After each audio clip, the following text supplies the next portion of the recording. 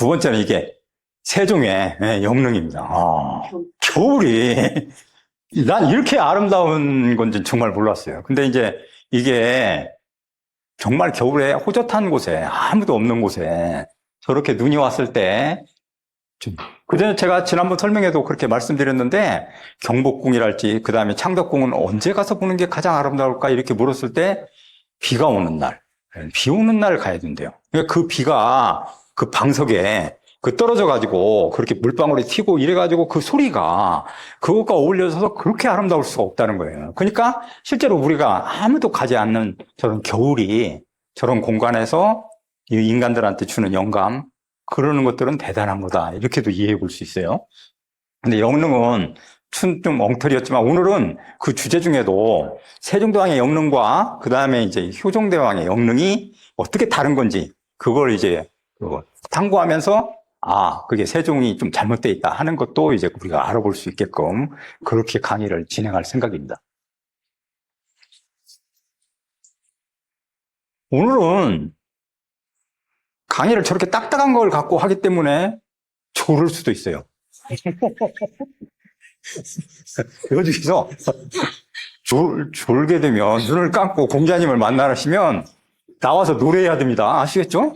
노래해야 돼요. 정말로. 그래서 이게 노래하기 싫으시면 정말 열심히 들으셔야 돼요. 졸지 않고. 두 번째는 성물 저게 이제 무석인인데요. 인현왕후 왕릉에 있는 무석인이.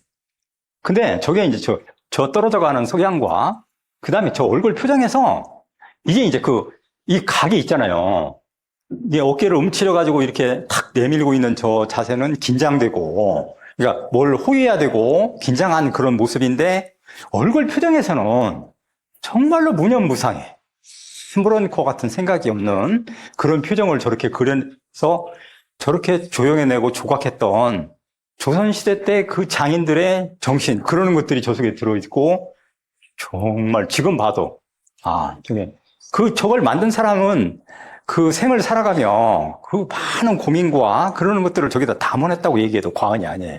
그러니까 저렇게 이제 우리가 저런 조형물을 보고 그 당대 시대 고민이 무엇이었고, 어떻게 그와 같이 저런 것들을 만들어낼 수 있었을까. 근데 매번 저렇게 만들 때마다 매번 창의적으로 저렇게 만들었어요. 똑같이 저게 무석인인데 모든 무석인이 달라. 그러니까 표정도 다르고 우리가 저거를 이제 그냥 지나치면 아무것도 아닌데 그런 거 하나하나를 이렇게 관찰해서 보면 너무나 그 표정들이 달라가지고 그 시대 정신을 잘 반영하고 있다. 이렇게 얘기할 수 있어요. 그러니까 그 사람들이 만들어냈을 때 삶의 고통이랄지 자기의 어려움이 저런 조각품으로 승화돼가지고 나타났다. 이렇게 얘기하는데 조선시대는 정말로 저도 저걸 이제 PPT를 작성하면서 느꼈던 게 정말 모든 하나하나를 정성과 진정성에서 우러나온 정성을 다했다 하는 생각이 들어요. 정말로. 그러니까, 저걸 만들 때 대충 만든 게 아니고 자기의 최고의 솜씨를 발휘해야 되겠다는 그런 의식과 그러는 것들이 작동됐다. 이렇게 얘기하죠.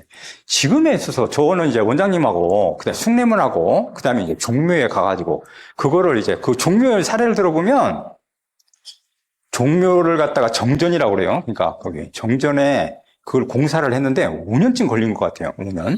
5년이 걸렸는데, 그 5년에 들어간 돈이 200억이에요. 그러니까 한 해에 40억씩 들었어요.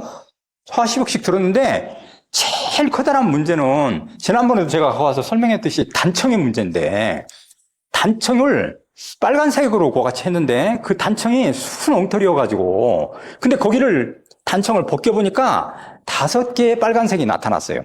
5개. 그러니까 예를 들면 세종 때 한번 칠한 거 그 다음에 내려와서 숙종 때 이렇게 쭉 해가지고 고종 때까지 있었는데 거기에 칠했던 사람이 고종 때 그 칠했던 색깔을 살렸다는 거예요.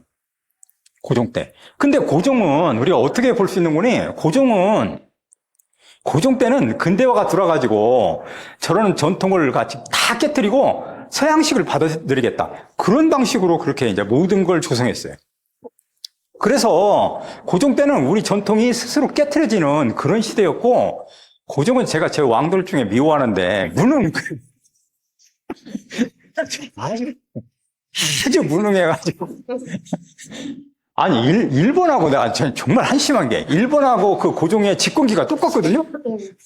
응? 그 집권기가 똑같은데, 일본은 그렇게 산업혁명처럼 일으켜가지고 제국으로 만들었는데, 고종은 그러지 못했다는 거예요. 그래서 이제, 근데 그 고종은 자기 생일잔치 하는데, 우리 그 조선시대 때 그 예산의 3분의 1을 써가지고, 자기 생일잔치 하는데, 그 사람들은 굶고 그러는 와중에 자기 생일잔치 하는데 그런 막대한 돈을 소비하는 정말로 아무 개념이 없는 그런 임금이어가지고, 그 윤석열하고 비슷하다고 저는 생각해요.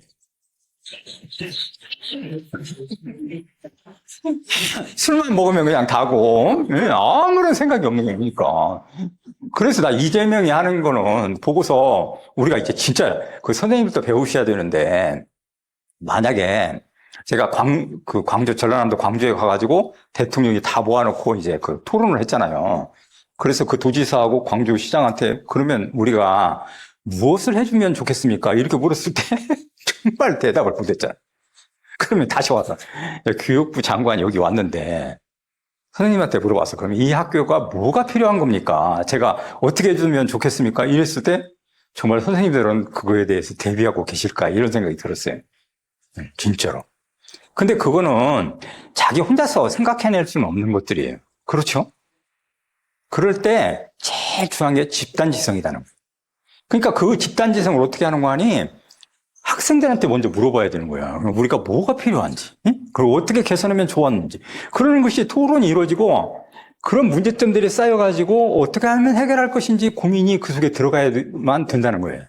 그러니까 그런 방식이 그게 바로 교육이라는 거예요. 그러니까 그렇게 해야 된다는 거를 이재명이가 얘기하고 있는 거예요. 집단지성을 이용해야 된다.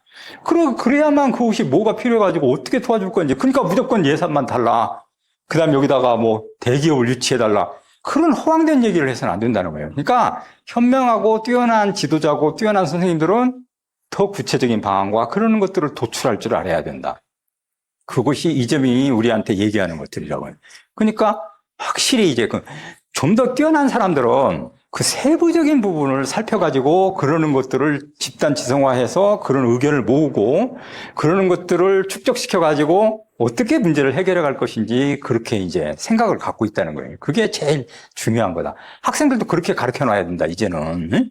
그래야만 그게 모든 것들이 문제가 뭐고 어떻게 해결할 건지 그런 문제의식과 그런 것들을 갖게 될 거다. 이렇게도 생각해 볼 수 있다는 거예요. 처음부터 저는 안 하면서 남들한테는 그렇게 얘기한다고 생각하실 거예요. 그렇죠? 저는 한 번도 그렇게 못 해봤습니다.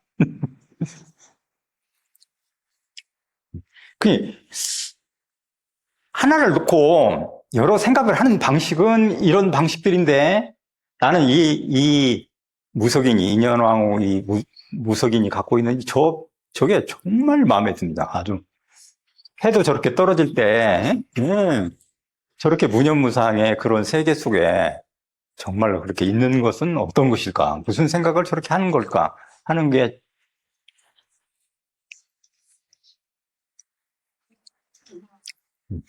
이게 이제 그 조선국 효종대왕 영릉 이래가지고 이제 그 영릉에 관한 얘기들이에요.